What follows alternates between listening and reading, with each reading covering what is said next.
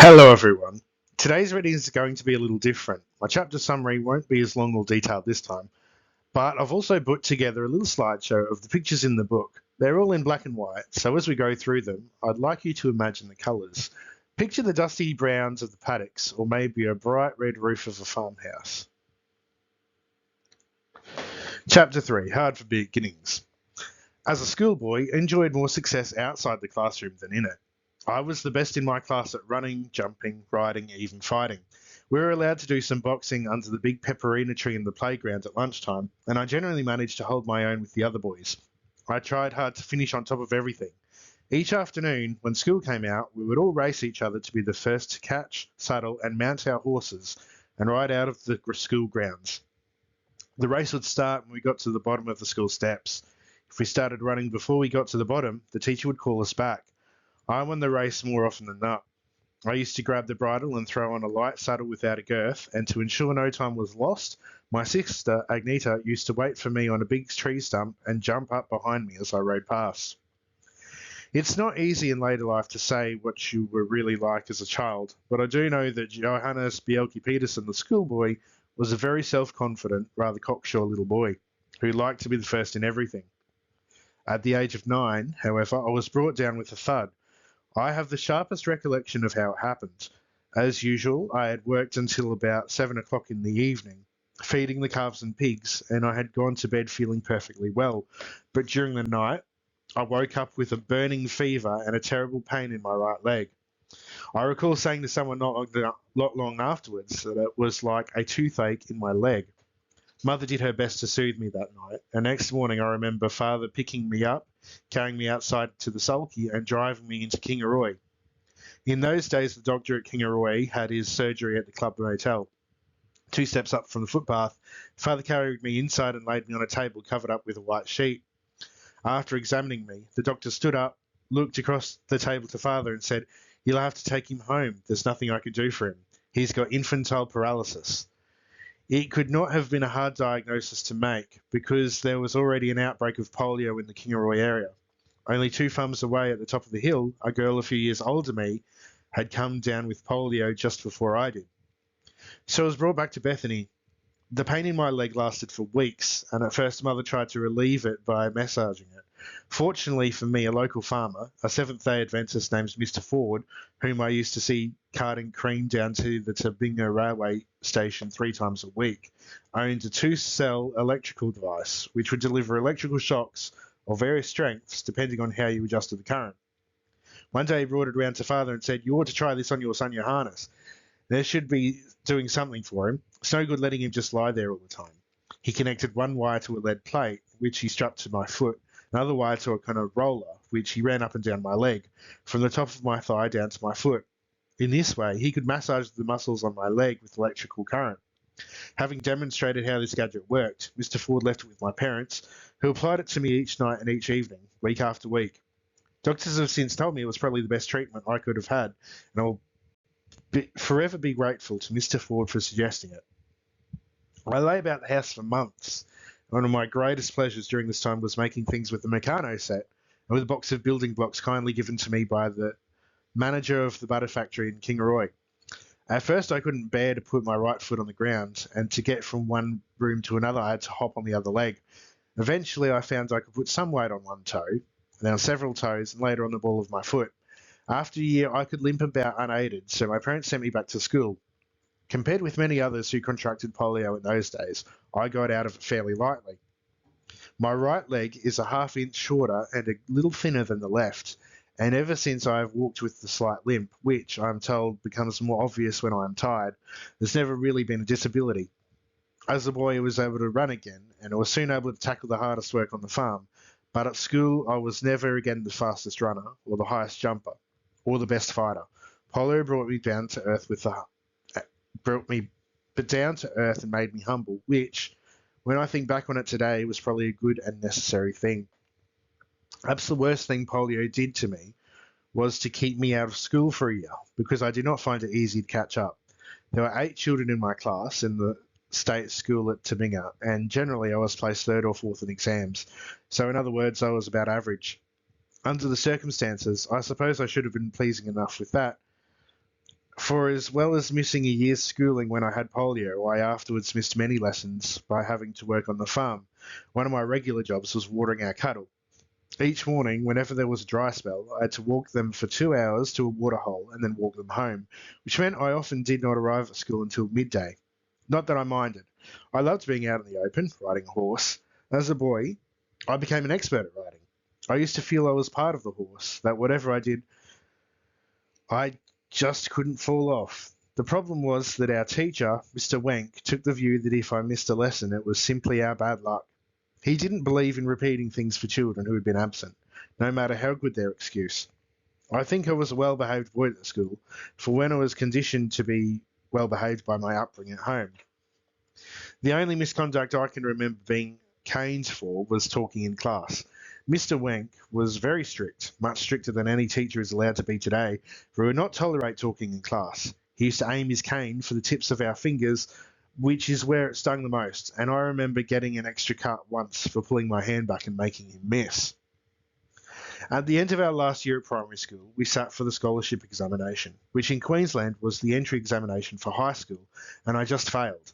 My mark, as I recall, was 49%. I remember thinking afterwards that if I had taken my time with the questions instead of rushing through them, I would have passed. But I failed, and that presented my parents with the dilemma. Should they make Johannes repeat the year or let him leave school and work on the farm? I was never I'll never forget the day my parents drove home in the sulky with the news I had failed. I was working near the shed when they put the sulky, and I overheard them discussing my future. Eventually, they decided to let me have my say and asked me what I wanted to do. I replied at once that I would rather stay home. In fact, I knew quite well that they could not do without me, for Mother could not possibly cope with the farm any longer on her own. So with regret, they agreed that their 14-year-old son would work on the farm full time. If it had not been for my sister Agneta, my schooling would have ended there and then. Nita, 3 years younger than me, went on to school in Kingaroy. She decided her brother Joe needed further education. So at her insistence, I was enrolled in a correspondence course run by the Queensland Department of Education. And for the next 3 or 4 years, she was my tutor. Each evening, we'd go off to my room, where Agneta had the day's assignments set out in a silky oak table, and we would sit down together and work through them, writing essays and working out mathematical problems. Often I would feel terribly tired after a day's work on the farm and would say to her, "Can't we forget about it for tonight?" But in her bright and cheerful way, Nita would insist that we put our heads down and open the books. That correspondence course filled me with what would have been a great gap in my education, and my feelings of gratitude for Nita today for her love and devotion in those formative years is greater than I can express. I've always been close to Agneta all my life, and most of my business ventures were in partnership with her. Our business was called Joh Bjelke-Petersen, a name that has become known throughout rural Queensland. Not long after this, when I was 17 or 18, I took what seems, with hindsight, to have been my first step towards a career in politics. Nita and I had joined the local Lutheran Young People's Association, and somehow it was taken for granted that I would be the president. Our pastor was a fine young man named Herbert Schmidt. Debating was one of our association's activities. Anita and I and a neighbour's daughter formed a team. We proved to be a formidable combination, the best team in the district, in fact, and the secret of our success was simply that we put a lot of effort into preparing for the debates. We did our homework.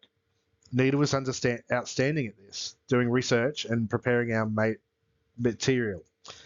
As I drove my tractor about the paddocks, I would work out our tactics for the coming debate and prepare an argument to counter every point our opponents might raise. In my experience, this kind of forward planning is essential for advancement in any field, yet the ability to plan ahead to see beyond the foreground is a rare one. If more people possessed it, we would have made much more progress than we have. In my own case, the debating society at Kingaroy proved to be a wonderful training ground. I became used to having to stand up and speak in public, and just as important, I became used to having to think on my feet. But I did it then purely for the fun of it.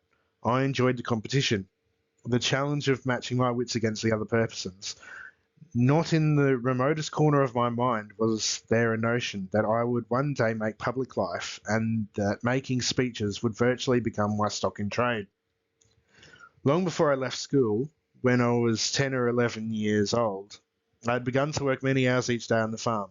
My first job each morning was to fetch the cows for milking, which meant that I had to be up long before daybreak.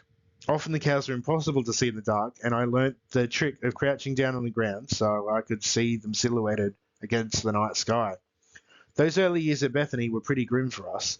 Our land was only partly cleared, so there was nothing for us to do but run dairy cattle on it, and the return from a small herd of milking cows was pitifully small. It took us many years to get rid of all the logs and stumps about the place, and you always had to contend with the problem of regrowth. Bethany in those days was not remotely like the comfortable, well-groomed property it has become.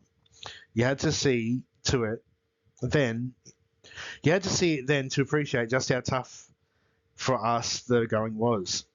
There was rough scrub and fallen timber and rubbish everywhere, and there was nothing we could do about it.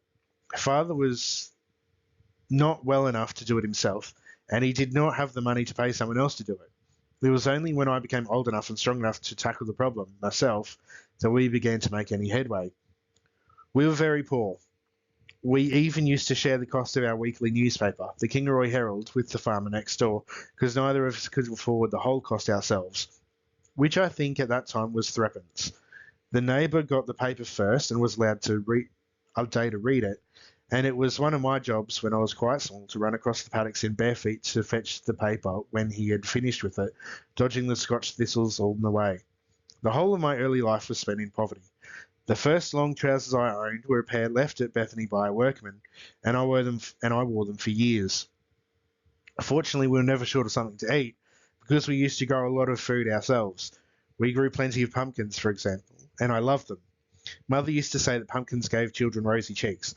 She told me that when she was a girl growing up in the Kingaroy area, pumpkins were a big part of her family's diet too, and visitors, when they came, would often comment on their rosy cheeks. We also grew a lot of sweet potatoes and potatoes, which used to thrive in the rich virgin soil. Father had his own vegetable garden and kept us supplied with cabbages and cauliflowers, and we always kept poultry. We let the fowls run about in the bush in a semi-wild state, and they had nests all over the place. As a boy, my job was to search about in the bush looking for eggs, so we had plenty to eat at Bethany, but that was all we did have plenty of. When I remember those times now, the feelings I recall most vividly is the sense of being trapped by circumstances.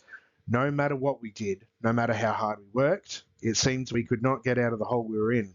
We grew potatoes and pumpkins, as I said, and later on we grew corn and maize, but there was nowhere to send it and nobody to buy it.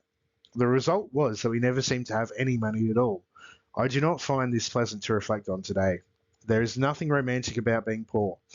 If any good came out of the experience from my own point of view, it was that our property motivated me to work hard to try and escape from it. Working hard became for me a lifelong habit. I don't think I could break it, even if I wanted to. In later life, I could never take a holiday and just do nothing. I have a holiday place in the Bunya Mountains where I like to take a day off occasionally, but even there I don't feel comfortable unless I'm doing something to bring.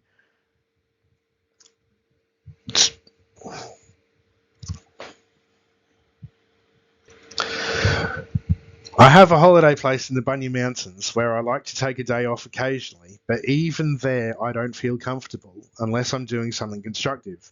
I have rarely gone on a beach holiday because I could not bring myself to lie about on the beach for hours, as people do. No politician that I know of worked harder or longer than I did, and I could not say that boastfully, but simply as a statement of fact. In those dark days, Mother was like a bright and steady beacon. She kept our house together and she kept our spirits high. She was up before daylight each morning, lighting the fire and getting the porridge ready, and as soon as I brought in the cows, she started milking. It was the same many years later when I was coming and going on contract work.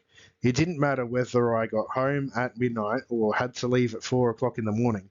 Mother would always be there, with the fire going and a hot meal on the table and fresh clothes, cleaned and pressed. She was a fantastic mother. Throughout her long life, she did not spare herself in her devotion to us. One of the great joys of my Christian faith is the knowledge that one day I will be reunited with her in the life which is to come. Okay, So before we move on to the slideshow, let me share a quick thought about the chapter. So Joe seems to be telling us that the value of hard work and tenacity pays off in the long run. And because of his sickness, he missed a lot of school and ended up being behind his peers physically and academically. But he reminds us that there's no shortcuts to success. You only get that by persistence and effort. And I think that is a message that I can totally agree with.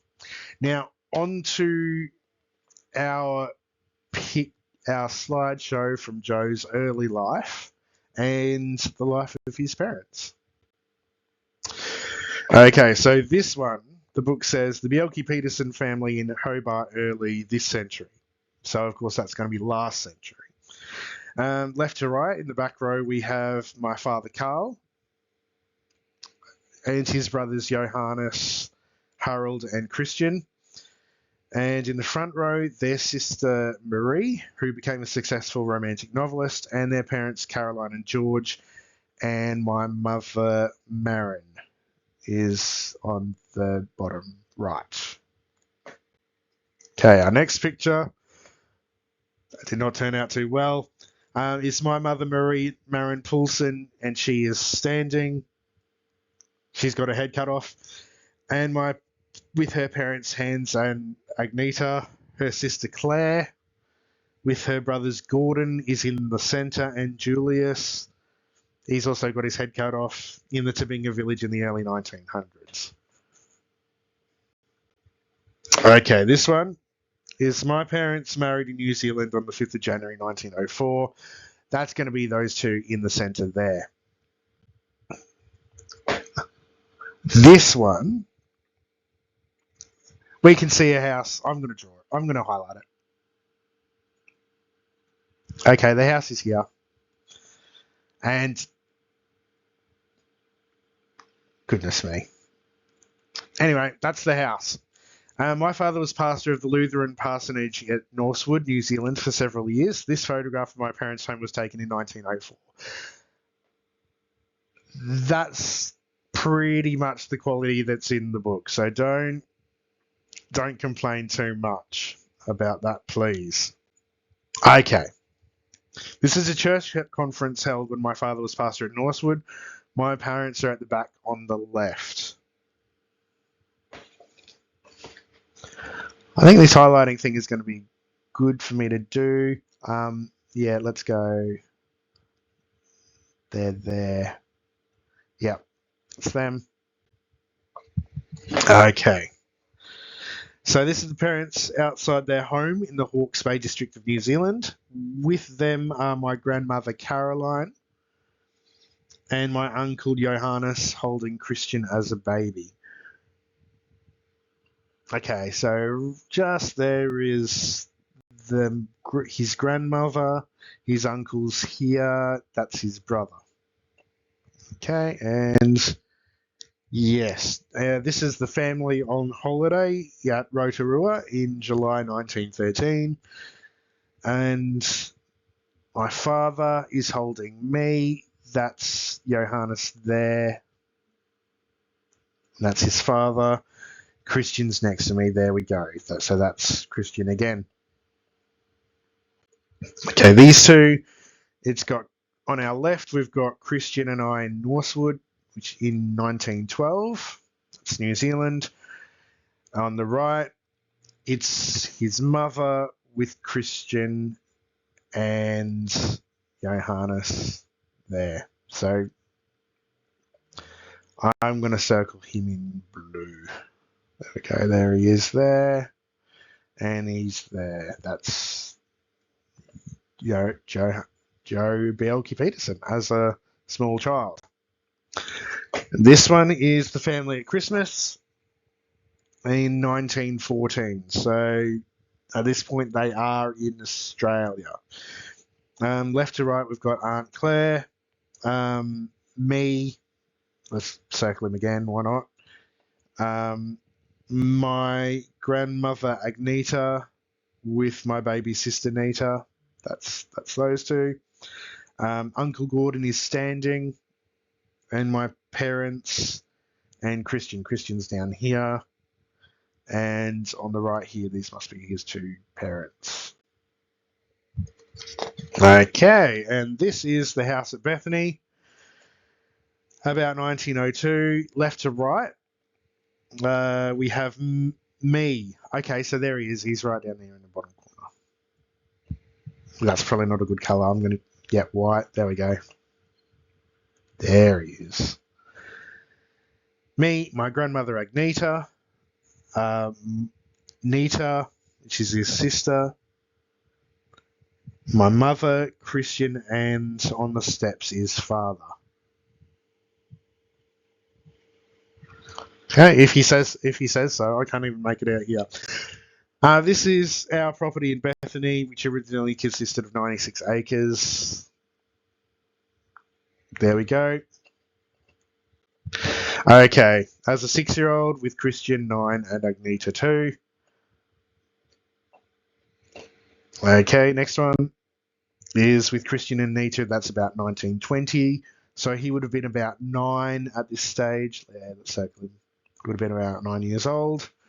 And on our right, we've got Christian and his cocky. It says Christian and his cocky when he went to grammar school in 1920. Wouldn't have called that a. I would have called that a cockatoo. I don't know if he's must be calling a cockatiel a cocky, I suppose. That's what he's doing. And the last picture that I'm going to show you, I'm not going to show you all the pictures in the book. We have the Tabinga Village School in 1917. We've got Christian circled A and me circled B. Let's make that a bit clearer. So Christian's here in the yellow, and this is Joe here on the right. All right, thank you very much, everyone, and I'll see you next time.